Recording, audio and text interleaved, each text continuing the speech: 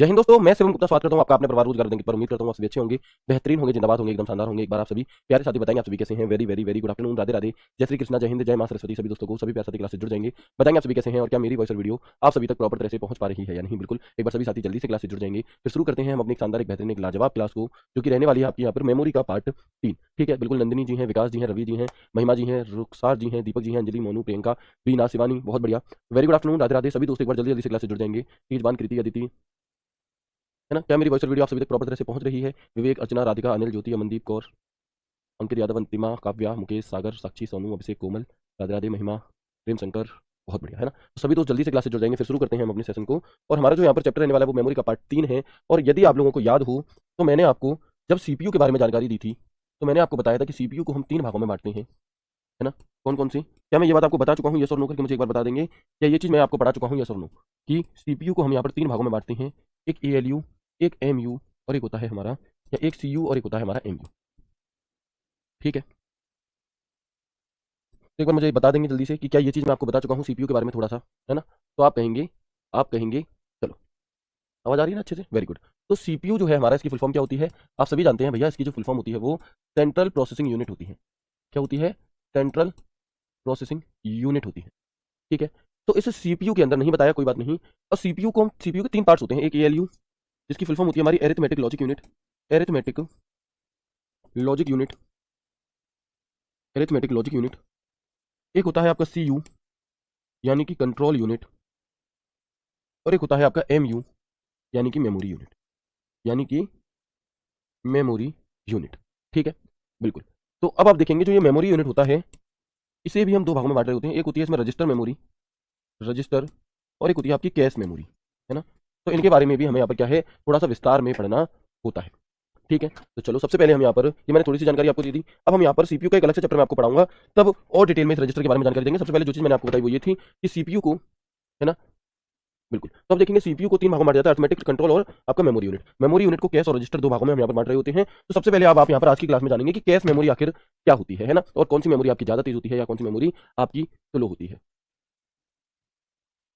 ना। तो आप देखेंगे यहाँ पर कैश मेमोरी। तो कैश मेमोरी कैसी मेमोरी है? ये एक प्रकार की, ये एक की तीव्र प्राइमरी मेमोरी होती है, यानी कि जो रैम वाला पार्ट था ना उसी के हिस्से की होती है आपकी कौन सी, कैश मेमोरी भी एक प्राइमरी मेमोरी होती है। और बार बार उपयोग में लाए जाने वाले डेटा को इसमें रखा जाता है। तो जिस डेटा का यूज लगातार किया जा रहा है, या मैं कहूं बार बार किया जा रहा है, उसे हम क्या कहते हैं, वो आपका कैश मेमोरी में रखा जाता है। सेकेंडरी मेमोरी बिल्कुल पढ़ाएंगे, लेकिन उससे पहले हमें कैश मेमोरी और रजिस्टर मेमोरी के बारे में जानकारी होनी चाहिए। ठीक है, कौन सी है कैश मेमोरी? अगर आप लोगों ने कभी ध्यान दिया हो तो जैसे मान लो ये आपका फोन है, ये क्या है, आपका फोन है। आप इसमें यूट्यूब खोलकर बैठे हो अभी, क्या यूट्यूब से आप पढ़ाई कर रहे हो अभी, है ना। अब इधर आपने थोड़ी देर पहले अपने घर पर बात की थी, है ना। तो यहाँ पर जो फोन कॉल हम करते हैं वो वाला ऐप खुला है। इससे पहले आपने व्हाट्सअप चलाई थी तो इधर आपका व्हाट्सअप खुला हुआ है। इससे पहले आपने इंस्टा चलाई थी तो इधर आपका इंस्टा से खुला हुआ है। ठीक है, ये हमारा फोन है। तो फोन में क्या होता है, कुछ इस प्रकार से अलग अलग बटन दिए रहते हैं आपको। अब जब हम अपने इस वाले पार्ट पर क्लिक करते हैं तो ये सारे के सारे ऐप हमें एक साथ दिखाई देने लगते हैं। अभी यूट्यूब चल रहा है, लेकिन आपने जैसे इस पर क्लिक किया तो रुक जाएगा और ये सारे दिखाई देने लगेंगे। अब हम क्या करते हैं, जो रिसेंटली यूज ऐप थे उन्हें हम ऐसे कर करके उड़ाने लगते हैं जिससे कि वो बंद हो जाए, बैकग्राउंड में चलते ही ना रहें। तो यहीं पर एक ऑप्शन आता है क्लियर ऑल, और जैसे ही आप क्लियर ऑल कर देते हैं तो ये जितने भी आप खुले थे ये सभी के सभी बंद हो जाते हैं। और वहां पर लिखा आता है आपका क्लीन कैश।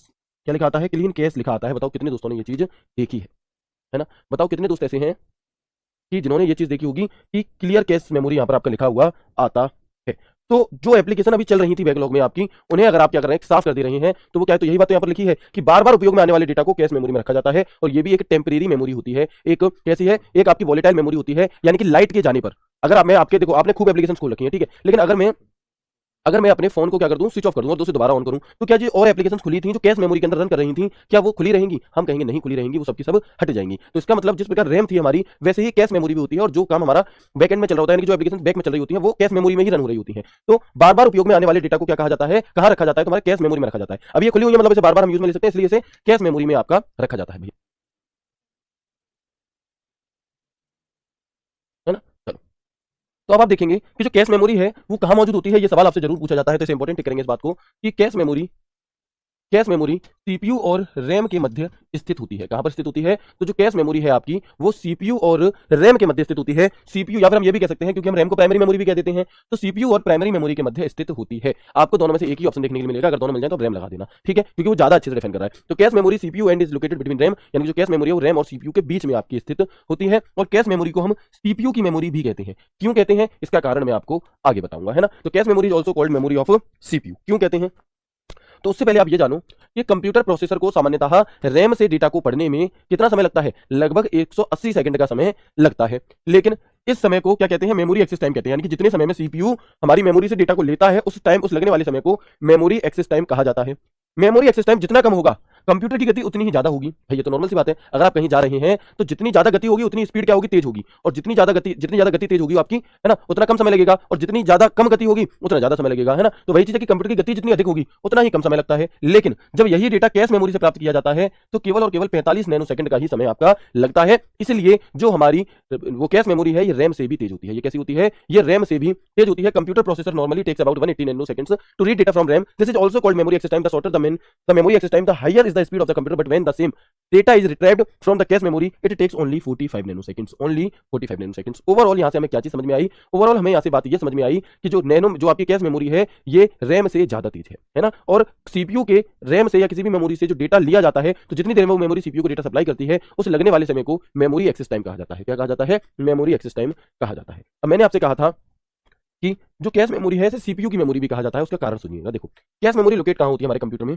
तो ये सीपीयू है, ये प्राइमरी मेमोरी यानी कि रैम मैं कह सकता हूं, रैम है। तो पहला सवाल तो ये कि कैश मेमोरी कहां मौजूद होती है? तो आप कहेंगे सीपीयू और प्राइमरी मेमोरी के बीच में स्थित होती है कैश मेमोरी। कहां पर? सीपीयू और प्राइमरी मेमोरी के बीच में स्थित होती है। लेकिन अगर प्राइमरी मेमोरी ऑप्शन में नहीं होगा तो फिर रैम होगा, क्योंकि रैम भी तो एक प्राइमरी मेमोरी ही है। तो बिल्कुल, तो सीपीयू और रैम के बीच में मौजूद होती है कैश मेमोरी। अब होता क्या है कि जब सीपीयू को डेटा चाहिए होता है ना, जब भी सीपीयू को काम करने के लिए कोई डेटा चाहिए होता है, चाहे हमारा फोन का सीपीयू चाहे हमारे कंप्यूटर का, तो आप देखेंगे कि वो सबसे पहले डेटा कैश मेमोरी से मांगता है।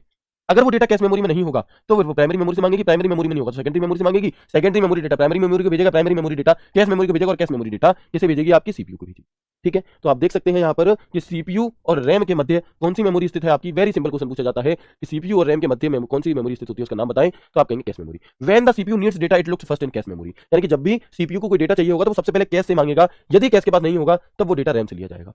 अगर एक बात बताओ, आपके घर पर 3rd फ्लोर है, 3 फ्लोर है, आप सेकंड फ्लोर पर हैं और आपको प्यास लग रही है, आप कुछ बहुत जरूरी काम कर रहे हैं, आपका भाई, छोटा भाई वहीं पर मौजूद है उस फ्लोर पे, है ना, और एक भाई आपका जो उससे ऊपर वाले फ्लोर पर मौजूद है, तो आप उस टाइम पर पानी किससे मांगोगे? जो आपके निकट है उससे या जो दूर है उससे? आप कहेंगे भैया जो निकट है उससे मांगेंगे, है ना, जिसके पास पानी भी है और निकट भी है। तो बिल्कुल ऐसे ही सीपीयू पहले डेटा किससे मांगता है? कैसे मांगता है। लेकिन अगर इसके पास नहीं होगा तब फिर रैम से। तो वही बात लिखी है कि when the CPU needs data it's looks first in cache memory, पहले वो कैश मेमोरी में इस डेटा को ढूंढता है। अगर वो एप्लीकेशन खुली हुई है तो वो तुरंत वहीं भी खोल देगा, नहीं तो फिर थोड़ा सा समय लेकर के आगे बढ़ करके खोलेगा। ठीक है, तो हम बात करते हैं कि सीपीयू और रैम के बीच की मेमोरी को क्या कहा जाता है। तो ये सवाल पूछा जाएगा सीधा सीधा कि memory between CPU and RAM, memory between CPU and RAM क्या कहलाएगी आपकी? तो हम कहेंगे कैश मेमोरी कहलाएगी। ठीक है, वन लाइनर के फॉर्म में दे दी पूरी बात मैंने आपको। इसके बाद हम देखते हैं सीपीयू डायरेक्टली डेटा कैश से लाता है। कहां से लेता है? जो सीपीयू है वो डायरेक्टली डेटा कहां से लेता है? आपका कैश मेमोरी से लेता है। ठीक है सर, मोबाइल हैंग क्यों करती है? आप बीमार क्यों पड़ते हो, है ना, आप अगर सही से नहीं चल पा रहे तो क्यों? तो भाई उसके पीछे बहुत अलग अलग फैक्टर होते हैं, बहुत सारी चीजें होती हैं। अगर मैं आपके ऊपर, मान लो आपको चलना है नॉर्मली, है ना, और मैं आपके ऊपर 200 किलो का वजन ला दूं, 100 किलो का वजन ला दूं, क्या आप सही से चल पाओगे? नहीं चल पाओगे। तो एक तो कारण ये हो गया कि आपके फोन में मेमोरी तो कम है, लेकिन आपने उस पर लोड बहुत ज्यादा दे रखा है ना, रैम बहुत कम है, लेकिन आपने एप्लीकेशन बहुत ज्यादा डाउनलोड कर रखी है, उसमें स्पेस ही नहीं छोड़ा आपने, तो एक तो इस वजह से होगा। दूसरा, आप जब बीमार पड़ जाते हो, जब आपको बुखार आ जाता है, कोई वायरस आ जाता है, तो आप सही से नहीं चल पाते। बिल्कुल ऐसे ही अगर आपके फोन में कोई वायरस है तो वो दिक्कत करेगा। तो बहुत सारे अलग अलग फैक्टर होते हैं और ये सवाल पेपर में नहीं पूछा जाएगा। ठीक है, इसके बाद हम देखेंगे कंप्यूटर की सबसे तेज मेमोरी कौन सी होती है। इंपॉर्टेंट क्वेश्चन है, लेकिन इसका आंसर जो है वो डिपेंड करता है हमारे ऑप्शंस पर। कि जो सीपीयू की सबसे ज्यादा तेज, जो सीपीयू की सबसे तेज मेमोरी होती है वो रजिस्टर मेमोरी होती है, जिसमें भी आपको आगे बताऊंगा, वो रजिस्टर मेमोरी होती है। और उसके बाद जो दूसरे नंबर पर आती है वो कैश मेमोरी आती है ना। वो क्या आती है? वो cash memory. The fastest memory of a computer is register slash cash. इसका मतलब यह है कि अगर रजिस्टर और कैश मेमोरी दोनों आपको ऑप्शन में दे दी जाएंगी, अगर रजिस्टर और कैश मेमोरी दोनों आपको ऑप्शन में मिलेंगी, तो आप क्या कहेंगे? तो आप कहेंगे भैया रजिस्टर मेमोरी ज्यादा तेज है। लेकिन अगर रजिस्टर मेमोरी ऑप्शन में मौजूद ही नहीं हुई, है ना, अगर रजिस्टर मेमोरी ऑप्शन में मौजूद ही नहीं है, सिर्फ कैश मेमोरी मौजूद है, तो आप कैश मेमोरी को तेज बताओगे बिना किसी झिझक के। तो सीपीयू के सबसे नजदीक memory cache memory. CPU memory का, किसी मेमोरी का सीपीयू तक डेटा उपलब्ध कराने में जो समय लगता है उसे हम क्या कहते हैं? उसे हम एक्सेस टाइम कहते हैं। मेमोरी की क्षमता आपकी, मेमोरी की स्पीड किसकी तेज है? रजिस्टर की सबसे तेज है, फिर कैश मेमोरी की, फिर रैम की, और फिर रोम की। तो ये चार्ट है आपके सामने यहाँ पर, वेरी गुड, है ना। तो आप यहाँ पर देखेंगे कि एक चार्ट है आपके सामने मेमोरी की स्पीड को लेकर के, किसे लेकर के? मेमोरी की स्पीड को लेकर के यहाँ पर एक चार्ट है आपके सामने, और इसमें सबसे तेज स्पीड किसकी है? इसमें सबसे तेज स्पीड किसकी है? तो आप देखोगे कि सबसे तेज स्पीड है सीपीयू रजिस्टर्स की। इसकी भाई सीपीयू रजिस्टर की इसमें सबसे तेज स्पीड है। इसके बाद हम देखेंगे कैश मेमोरी। कैश मेमोरी की स्पीड इससे दूसरे नंबर पर आती है। फिर जो हमारी मुख्य मेमोरी होती है, मेन मेमोरी, उनकी स्पीड आती है। फिर उससे धीमी हमारी सेकेंडरी मेमोरी हो गई, जो बाहर होती है। ये तीनों तो इंटरनल मेमोरी है, ये तीनों तो प्राथमिक मेमोरी है जो हमारे कंप्यूटर के अंदर होती हैं। ठीक है, तो इनमें अगर मैं कंपेयर करूंगा तो सबसे तेज रजिस्टर, फिर कैश और फिर मेन मेमोरी, है ना। लेकिन अगर मैं बाहर एक्सटर्नल मेमोरी जो हमारी होती है, अभी हम पढ़ेंगे भी उन्हें, तो उनमें जो सबसे तेज होती है वो मैग्नेटिक डिस्क, फिर ऑप्टिकल डिस्क और फिर आपकी मैग्नेटिक टेप। जैसे जैसे स्पीड बढ़ती है आपकी, ये आपकी क्या है, ये स्पीड के बढ़ने का एरो दिया गया है इस तरह से। सबसे तेज कौन सी है, सीपीयू रजिस्टर है। अभी आगे पढ़ेंगे रजिस्टर मेमोरी कैसे होती है, क्या होती है। पहले आप मुझे इतनी बात बताएं, यहां तक की चीज समझ में आ गई है, सुनो, ठीक है ना। तो इसमें आप कभी कंफ्यूज नहीं होना। अगर आपसे पूछे सबसे तेज मेमोरी कौन सी है, अगर दोनों ऑप्शन में दिए हैं तो ओनली सीपीयू रजिस्टर हमेशा। लेकिन अगर आपको रजिस्टर ऑप्शन में ही नहीं दिया है तो आप कैश मेमोरी, ठीक है। चलो अब, है ना, रजिस्टर्स को मैं अभी इसके तुरंत बाद एक चैप्टर लूंगा सीपीयू का, तो फिर मैं प्रॉपर तरह से एकदम वहां पे आपको दोबारा से समझा रहा हूँ। अभी हम आगे बात करेंगे किसकी, द्वितीयक मेमोरी यानी कि सेकेंडरी मेमोरी की, है ना। अब हम यहाँ पर किस चीज की बात करने जा रहे हैं, तो हमने आपका जो मेमोरी था उसे दो भागों में बांटा था, एक प्राइमरी और एक सेकेंडरी। तो अब हम यहाँ पर अपनी सेकेंडरी मेमोरी के बारे में थोड़ी चर्चा करेंगे। जो रजिस्टर वाला पार्ट मैंने छोड़ा है, इसमें सीपीयू वाले टॉपिक के अंदर आपको पढ़ाऊंगा, क्योंकि सीपीयू में भी आपको वहां पर एएलयू, सीयू, एमयू के बारे में जानना है, तो वहां पर हम इसे समझ लेंगे, ठीक है। अभी थोड़ा सा उसे स्किप करेंगे और आगे बढ़ेंगे कि सेकेंडरी मेमोरी यानी कि द्वितीयक मेमोरी कौन सी होती है ना, द्वितीयक मेमोरी। तो आप देखिएगा कि यह एक प्रकार की नॉन वॉलेटाइल मेमोरी है। अर्थात यानी कि जितनी भी सेकेंडरी मेमोरी होंगी वे सभी की सभी कैसी मेमोरी होंगी, वे सभी की सभी नॉन वॉलेटाइल होती हैं। और नॉन वॉलेटाइल का मतलब क्या होता है, तो ये हम आपको कल की क्लास में बता चुके हैं कि वे मेमोरी जो लाइट के जाने पर स्वयं में मौजूद डेटा को खो देती हैं, क्या कहलाती हैं, नॉन वॉलेटाइल, ठीक है। तो प्राइमरी मेमोरी में तो क्या था, अपवाद था कि सिर्फ रोम ही आपकी कैसी है, रोम ही नॉन वॉलेटाइल है, बाकी सब वॉलेटाइल है। लेकिन जितनी भी द्वितीयक मेमोरी होंगी, मैं भी आपको बहुत सारी डिवाइसेस के बारे में बताऊंगा, तो जितनी भी आपकी होंगी, चाहे वो सीडी हो, डीवीडी हो, चाहे वो पेन ड्राइव हो, चाहे वो हार्ड डिस्क हो, चाहे वो एसएसडी हो, सभी की सभी कैसी होंगी, हमारी नॉन वॉलेटाइल होंगी। क्यों, क्योंकि उनमें मौजूद डेटा लाइट के जाने पर खोता नहीं है, ठीक है। तो इसे द्वितीयक मेमोरी को हम नॉन वॉलेटाइल मेमोरी भी कहते हैं, इसी को हम सहायक मेमोरी भी कहते हैं, क्योंकि ये बाहर से जुड़ती हैं और हमारे कंप्यूटर की सहायता करती हैं मेमोरी को बढ़ाने में। तो इन्हें हम ऑक्सिलरी मेमोरी के नाम से भी जानते हैं, और इन्हें हम बाहरी मेमोरी यानी कि एक्सटर्नल मेमोरी के नाम से भी जानते हैं। किस नाम से, इन्हें हम एक्सटर्नल मेमोरी के नाम से भी जान रहे होते हैं, ठीक है। तो यह कंप्यूटर प्रोसेसर से सीधे एक्सेस नहीं करती, और इनका प्रयोग, ये जो होती हैं आपकी, ये प्रोसेसर से सीधे एक्सेस नहीं करती, और इनका प्रयोग बैकअप मेमोरी के रूप में किया जाता है। यानी कि इनका प्रयोग भविष्य के लिए डेटा का बैकअप लेने के लिए किया जाता है, जबकि जो रैम और रोम थी उनका प्रयोग किस लिए किया जा रहा था, कंप्यूटर को चलाने के लिए किया जा रहा था, है ना। नॉन वॉलेटाइल क्या होता है बेटा, आपको कल की क्लास देखनी होगी, है ना, आपको कल की क्लास देखनी होगी। हो सकता है आप मुझसे उम्र में ज्यादा हूं, मेरे बराबर हूं या कम हूं, है ना। तो भाई बहन, आप सभी दोस्तों जिन लोगों ने कल की क्लास नहीं देखी है, जिन्हें ये डाउट है कि वॉलेटाइल क्या होता है, नॉन वॉलेटाइल, तो आप किसी भी चैप्टर की बाद वाली क्लास से मत जुड़ा करें, है ना। आप किसी भी चैप्टर की बाद वाली क्लास से ना जुड़ा करें, पहली क्लास से देखेंगे तभी बाद वाली समझ में आएगी, ठीक है। तो आगे बढ़ते हैं अब हम यहाँ पर। तो एक अकेली सेकेंडरी मेमोरी के कितने सारे नाम हो गए, एक तो हो गया ये नॉन वॉलेटाइल मेमोरी है, ठीक है। दूसरा ये सहायक यानी कि ऑक्सिलरी मेमोरी होती है, क्योंकि ये सहायक मेमोरी के रूप में भी काम करती है। ये बाहरी मेमोरी होती है यानी कि एक्सटर्नल मेमोरी होती है। और इन सभी जितनी की जितनी आपकी सेकेंडरी मेमोरी होंगी, जितनी की जितनी आपकी द्वितीयक मेमोरी होंगी, ये बैकअप मेमोरी भी होती है। क्या, ये आपकी बैकअप मेमोरी के रूप में काम करती है। तो इसके नाम कौन कौन से हैं, external memory, auxiliary memory, non volatile memory and backup memory, ठीक है। तो ये चारों नाम आपको अपनी सेकेंडरी मेमोरी के याद रहेंगे, यस और नो। वॉलेटाइल मेमोरी वो मेमोरी होती है जो लाइट के जाने पर स्वयं में मौजूद डेटा को खो देती है, जबकि नॉन वॉलेटाइल मेमोरी वो होती है जो स्वयं लाइट के जाने पर स्वयं में मौजूद डेटा को नहीं खोती। भाई नॉन लिखा है उससे याद कर लो, जो नॉन लिखा है उससे आप यहां पर याद कर लो, ठीक है। चले, मेमोरी एक्सेस टाइम क्या होता है भैया, एक्सेस का मतलब होता है जितनी देर में आप कोई डेटा ले रही हो, है ना, तो उस लगने वाले समय को हम मेमोरी एक्सेस टाइम कहते हैं, जितनी देर में आप उस चीज का एक्सेस अपने पास ले पा रहे हैं, है ना। जैसे मान लो कि मैंने आपको कोई अपनी आईडी पासवर्ड दिया है ना, तो आईडी पासवर्ड का एक्सेस आपके पास पहुंच गया, ऐसे एक शब्द होता है एक्सेस, है ना, तो वो यहां पर है। आगे बढ़ेंगे। अब अगर मैं सेकेंडरी मेमोरी को भी डिवाइड करूं कुछ अलग अलग पार्ट्स में, तो आप देखिएगा, है ना, तो आप देखेंगे कि सेकेंडरी मेमोरी दो प्रकार से हम अलग अलग बांटते हैं। एक तो होती है फिक्स और एक रिमूवेबल। यानी कि फिक्स मतलब वो कंप्यूटर के अंदर फिक्स है, उन्हें बार बार निकाला धरी नहीं करी जाती, वो उसी में फिट रहती हैं। और रिमूवेबल, जब हमारा मन करे निकाल लिया, जब हमारा मन करा लगा दिया, ठीक है। तो जो फिक्स डिवाइस है आपकी, ये हार्ड डिस्क होती है जो हर टाइम लगी रहती है आपके सीपीयू में ही। सीडी डीवीडी ड्राइवर, ये सीडी डीवीडी जिसमें लगाते थे ना, वो है ना कि सीडी डीवीडी है, ठीक है। पेन ड्राइव और ब्लू रे डिस्क रिमूवेबल होती हैं। जब मन किया पेन ड्राइव लगा दी, यूज काम खत्म, निकाल ली, तो ये रिमूवेबल है। सीडी जब मन किया लगा दी, निकाल दी। ब्लू रे डिस्क जब मन किया लगा दी, निकाल दी। तो ये हमारी क्या है, ये हमारी रिमूवेबल होती है। लेकिन ज्यादा जो क्वेश्चन आपसे पूछा जाता है वो कुछ यहां से पूछा जाता है ना। ज्यादा जो क्वेश्चन पूछा जाएगा वो इस वाले चार्ट से पूछा जाएगा। तो इसे थोड़ा सा ध्यान से आप देखिएगा कि सेकेंडरी मेमोरी को हम दो भागों में बांट रहे हैं। कितने भागों में बांट रहे हैं, दो भागों में बांट रहे हैं। और कौन कौन से, तो एक तो है आपका सीक्वेंशियल एक्सेस डिवाइस और एक आपका डायरेक्ट एक्सेस डिवाइस। अब इसका क्या मतलब है कि सीक्वेंशियल एक्सेस डिवाइस क्या होता है और डायरेक्ट एक्सेस डिवाइस क्या होता है। तो देखो, आप लोगों ने देखा, सपोज करो कि 100 गाने हैं, है ना, किसी आपकी क्या है मेमोरी डिवाइस में 100 गाने हैं।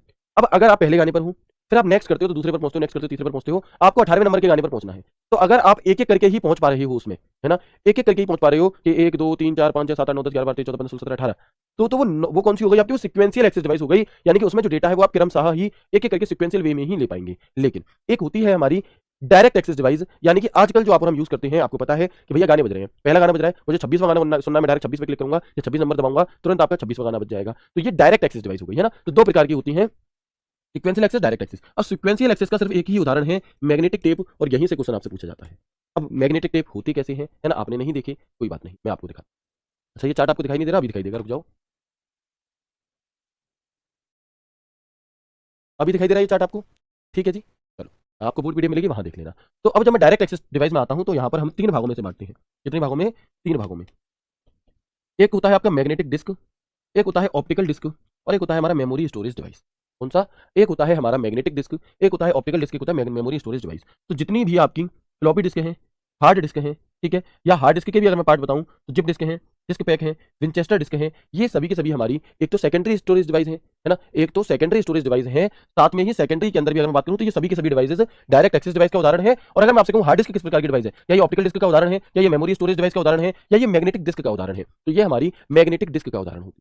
ठीक है, चलो, सर मैग्नेटिक टेप नहीं बताया भाई, मैं बताऊंगा, है ना, थोड़ा सा पेशेंस रखो। अभी पहले मैं आपको ये समझा रहा हूं पूरा चार्ट, फिर एक एक डिवाइस के बारे में मैं आपको सिंगल सिंगल करके बहुत अच्छे से बताने वाला हूं, है ना। तो पहले हमने यहाँ पर क्या देखा कि सेकेंडरी स्टोरेज डिवाइस को दो भागों में बांटा जा रहा है, sequential access, direct access. Sequential access का सिर्फ एक ही उदाहरण है मैग्नेटिक टेप, जो आप लोगों ने पुराने जमाने में देखी होगी, जो डैग होती है आपकी, जो डैग में कैसेट लगती थी आपकी, जिसमें ऐसे लंबी सी डोरी निकलती थी, वो मैग्नेटिक टेप होती थी। ठीक है, अभी हम डायरेक्ट एक्सेस डिवाइस की बात करते हैं, तो यहाँ पर हम सेकेंडरी मेमोरी को तीन भागों में बांटते हैं, मैग्नेटिक डिस्क, ऑप्टिकल डिस्क, और आपकी कौन सी है, और है आपकी मेमोरी स्टोरेज डिवाइस। अब जो मैग्नेटिक डिस्क है, इसे भी हमने दो भागों में बांटा है, फ्लॉपी डिस्क और हार्ड डिस्क। ठीक है, अब हार्ड डिस्क के उदाहरण कौन से होते हैं, zip disk, disk pack, Winchester disk. Optical disk के उदाहरण कौन से होते हैं, तो सीडी रोम, वॉम, सीडी आरडब्ल्यू, डीवीडी, जितनी भी गोल कैसेट्स होती हैं, जितनी भी गोल कैसेट्स होती हैं आपकी, वो सभी की सभी ऑप्टिकल डिस्क का उदाहरण होती है। जितनी भी हार्ड डिस्क, एसएसडी, है ना, सॉलिड स्टेट ड्राइव, ये होती है, ये हमारी मैग्नेटिक डिस्क का उदाहरण होती हैं। और जितनी भी पेन ड्राइव या मेमोरी कार्ड, फ्लैश ड्राइव, ये होती हैं, ये हमारी मेमोरी स्टोरेज डिवाइसेस का उदाहरण। तो ये चार्ट समझना इसलिए जरूरी था, आपसे सिंपली पूछ लेगा कि डीवीडी एक प्रकार की कैसी मेमोरी है ना, कैसी डिवाइस है, तो आप क्या कहेंगे कि मेमोरी स्टोरेज डिवाइस है, मैग्नेटिक डिस्क है, मैग्नेटिक टेप है, या फिर ऑप्टिकल डिस्क है, तो आप कहेंगे सीडी डीवीडी जितनी भी गोल कैसेट्स है, वे सभी के सभी ऑप्टिकल डिस्क का उदाहरण होती है। ठीक है, तो एक बार पहले मैं आपको इन ग्रुप्स के बारे में बता देता हूँ, मैग्नेटिक डिस्क, ऑप्टिकल डिस्क और इसके बारे में, फिर हम एक एक करके हर एक डिवाइस के बारे में और अच्छे से जानेंगे। तो सबसे पहले नाम आता है आपका मैग्नेटिक स्टोरेज का। मैग्नेटिक स्टोरेज का, तो यह मैग्नेटिक माध्यम से डेटा को स्टोरेज करने की सुविधा प्रदान करता है। कौन सा, जो मैग्नेटिक स्टोरेज होता है, ये मैग्नेटिक माध्यम से डेटा को स्टोरेज करने की सुविधा प्रदान करता है। It provides the facility to store data through magnetic medium. ठीक है, अब इस मैग्नेटिक स्टोरेज के उदाहरण कौन कौन से हैं, क्योंकि ये एग्जांपल पूछे जाते हैं। तो magnetic tape, floppy disk, hard disk drive, chip disk, Winchester files, ये सभी के सभी उपकरण हमारे क्या है, सेकेंडरी मेमोरी है और मैग्नेटिक स्टोरेज के उदाहरण है। ठीक है, मैं भी रिवाइज भी करा दूंगा जो भी कुछ हम आज की क्लास में पढ़ रहे हैं। इसके बाद मैंने आपको दूसरा ग्रुप बताया, ऑप्टिकल स्टोरेज का है। तो in this data is written and read with a laser, in this the data is stored in binary form, for this laser beam technology is used. यानी कि इनमें डेटा को लेजर से लिखा और पढ़ा जाता है, इसमें डेटा बाइनरी फॉर्म में संग्रहित होता है, इसके लिए इसे लेजर बीम तकनीक का प्रयोग किया जाता है। सीडी रोम, डीवीडी रैम, ये जितनी भी गोल कैसेट्स हैं आपकी, ये सभी के सभी ऑप्टिकल स्टोरेज का उदाहरण है। इसका उदाहरण है ऑप्टिकल स्टोरेज का, ये आपका उदाहरण होती है। बताओ यहाँ तक कोई दिक्कत। एसडी कार्ड क्या होता है भैया, प्लीज मेरी रिक्वेस्ट आप सभी से बीच में ना पूछें, है ना, मैं सभी चीजें आपको बताऊंगा, लेकिन जब आप बीच में पूछते हैं तो वहां से फिर चीजें डिस्टर्ब होती हैं। मैं आपको हर एक चीज बताने वाला हूँ, परेशान ना हो, जो जरूरी होगी बहुत जो, देखो अगर मैं बात करूँ डाउट की, तो डाउट एक व्यक्ति के मन में कई उठ सकते हैं, लेकिन उनमें से जेन्युइन डाउट कौन सा है, कौन सा डाउट आपके काम का है, कौन सा डाउट काम का नहीं है ना, उसका चुनाव मैं करूंगा। कौन सी चीज आपको बतानी है, कौन सी चीज आपको नहीं बतानी, कौन सी छोड़नी है, उसका भी चुनाव मैं करूंगा। अगर मैं किसी डिवाइस के बारे में सिर्फ नाम बता रहा हूं, तो आपको सिर्फ और सिर्फ उसका नाम ही जानना है, उसकी बाकी की डिटेल नहीं। अगर बाकी की डिटेल जरूरी होगी तो वो मैं आपको जरूर बताऊंगा। ठीक है, इसके बाद हम बात करते हैं, यहाँ पर आखिरी है हमारा फ्लैश मेमोरी, जो तीसरा था। तो यह एक सहायक मेमोरी है, जिसे विद्युत की सहायता से कई बार मिटाया जा सकता है और पुनः प्रोग्राम या लोड भी किया जा सकता है। It is a secondary memory which can be erased multiple times with the help of electricity and can be reprogrammed और loaded. Pen drive, SSD, memory card, digital camera, smartphone, laptop, PC, ये सभी के सभी हमारे किसका उदाहरण है, flash memory का उदाहरण है। किसका उदाहरण है, तो ये सभी के सभी हमारे यहाँ पर फ्लैश मेमोरी का उदाहरण होते हैं। अब आज की क्लास में जो भी बातें मैंने आपको पढ़ाई हैं, क्या मैं आपको ये एक बार रिवाइज करा दूं, तो बिल्कुल। सबसे पहले हम यहाँ पर बात कर रहे हैं कैश मेमोरी की, किसकी, क्योंकि आप यहाँ पर देखेंगे सबसे पहले हम बात कर रहे हैं कैश मेमोरी की, तो कैश मेमोरी एक विशेष प्रकार की प्राइमरी मेमोरी ही है, और ये नॉन वॉलेटाइल है, सॉरी ये वॉलेटाइल है, मोल्टा बोल गया, ये वॉलेटाइल मेमोरी होती है आपकी, क्योंकि लाइट के जाने पर इसमें मौजूद डेटा खो जाता है और बार बार प्रयोग में लाए जाने वाले डेटा को कहां रखा जाता है, तो कैश मेमोरी में रखा जाता है।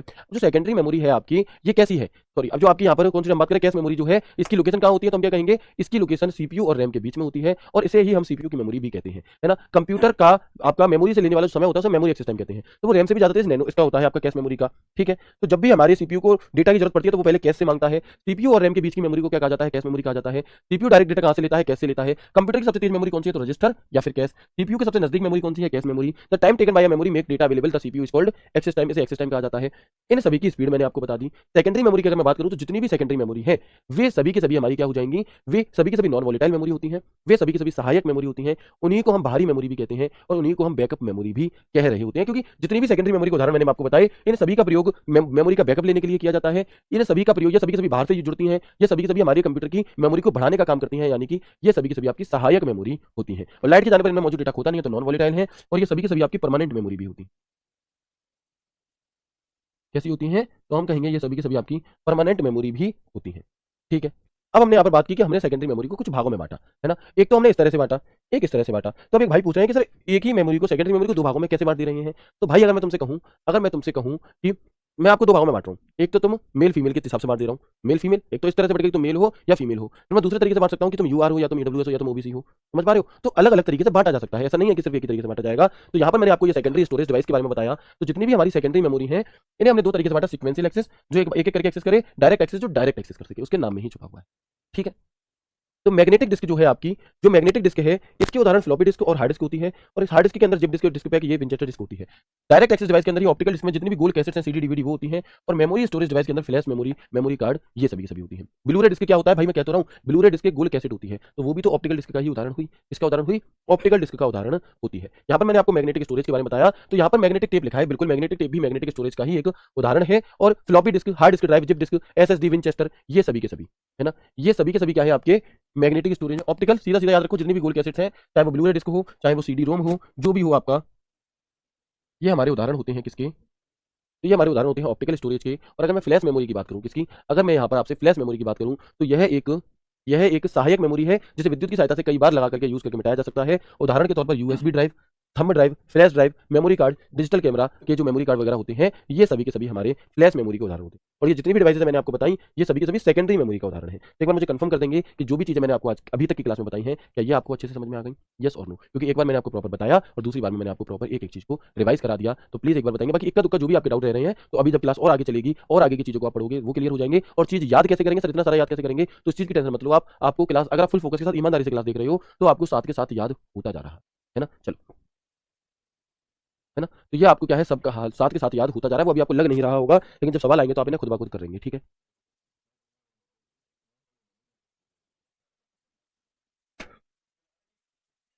तो बताएंगे, यहां तक बात क्लियर हो गई। अब हम सबसे पहले और सबसे पहली डिवाइस की तरफ आ जाते हैं, जिसका नाम है हमारा एफडीडी, है ना, जिसका नाम है हमारा एफडीडी। एफडीडी की फुल फॉर्म क्या है, देखो हर एक लाइन जो मैं आपको बता रहा हूं वो अपने आप में सवाल बनने की क्षमता रखती है, वो हर अपने आप में एक सवाल है। यानी कि अगर मैं आपसे कह रहा हूं कि एफडीडी क्या होता है, तो एफडीडी फ्लॉपी डिस्क ड्राइव होती है, तो यही सवाल पूछ लिया जाता है कि what is the full form of FDD, आप एफडीडी से क्या समझते हैं, तो हम कहेंगे एफडीडी का जो फुल फॉर्म होती है वो फ्लॉपी डिस्क ड्राइव होती है। क्या होती है, वो फ्लॉपी डिस्क ड्राइव होती है। फ्लॉपी डिस्क का दूसरा नाम क्या होता है आपका, तो फ्लॉपी डिस्क को आप फ्लॉपीज और डिस्केटीज के नाम से भी जानते हैं। जो फ्लॉपी डिस्क है आपकी, इसे हम फ्लॉपीज और डिस्केटीज के नाम से भी जानते हैं। और फ्लॉपी डिस्क तीन प्रकार की होती है। एक तो होती है 8 इंच की फ्लॉपी डिस्क, जिसमें 80 केबी तक ही डेटा आ सकता था। एक होती है 5.25 इंच की फ्लॉपी डिस्क, जिसमें डेटा 360 केबी से 1.2 एमबी तक का आ सकता था। लेकिन इन सब में जो सबसे इंपॉर्टेंट बात है वो ये है कि 3.5 इंच की फ्लॉपी डिस्क में कितना डेटा आ सकता है, तो वो 1.44 एमबी। अब आपके मन में एक सवाल उठेगा कि सर जो 1.44 एमबी, मतलब इससे ज्यादा तो मेरा फोटो आ जाता है अगर मैं क्लिक कर लूं डॉक्यूमेंट में भेजूं, तो इतनी कम मेमोरी में कैसे काम होता था। तो वर्तमान में इनका यूज नहीं हो रहा, इनका यूज शुरुआती दौर में हुआ था 2000 से पहले, जब कंप्यूटर कम थे, तो तब क्या था कि डेटा स्टोरेज किया जाता था। आप एक्सेल में 50,000 लोगों की डिटेल भर लेना, उसकी फाइल केबी में ही बनेगी। तो उस प्रकार के डेटा को यहां पर भरने के लिए, और साढ़े तीन इंच की आपकी, 3.5 इंच की इसमें फ्लॉपी डिस्क ड्राइव में कितना डेटा आता है, 144 एमबी आता है। और इंडेक्स होल का संबंध किससे है, तो इंडेक्स होल जो शब्द है इसका संबंध हमारा किससे होता है, फ्लॉपी डिस्क से ही होता है, ठीक है। किससे होता है, आपका फ्लॉपी डिस्क से होता है। सर हमारा डाउट बताइए कि साथ में कैसे लिखें? बहन साथ में नहीं लिखना आपको, है ना? साथ में आपको नहीं लिखना। एसएसडी की फुल फॉर्म क्या होती है? सॉलिड स्टेट ड्राइव होती है। सभी चीजें आगे पढ़ोगे, डिटेल में पढ़ोगे, अच्छे से पढ़ोगे, उसके लिए आप परेशान ना हो। फिलहाल हम आज की क्लास को यहीं तक रखते हैं। उम्मीद करता हूँ क्लास आपको समझ में आई होगी, जितनी भी बातें हमने की। बाकी थोड़ी और अगर कम आई है, 19 आई अगर इक्का दुक्का बच्चे को, तो हम जब प्रैक्टिस क्वेश्चन करेंगे तो आप देखोगे कि अरे ये तो ऐसे है, बहुत अच्छे समझ में आ चुका था, है ना? तो कोई बात नहीं है। उम्मीद करता हूँ क्लास बहुत अच्छी लगी होगी। ख्याल रखिए अपना। मौसम चेंज हो रहा है, बारिश भी हुई है कल रात को यहाँ पर, तो मौसम चेंज होने से क्या है कि तबियतें बहुत ज्यादा बिगड़ रही है ना? जैसे कि मेरी बिगड़ी हुई है। तो आप लोग अपना ख्याल रखें, अपने घर वालों का ख्याल रखें, खुश रहें और पूरी शिद्दत के साथ पढ़ते रहें। मिलते हैं आपसे कल की क्लास में एक नए एक शानदार सेशन के साथ। तब तक के लिए राधे राधे, जय श्री कृष्णा, जय हिंद।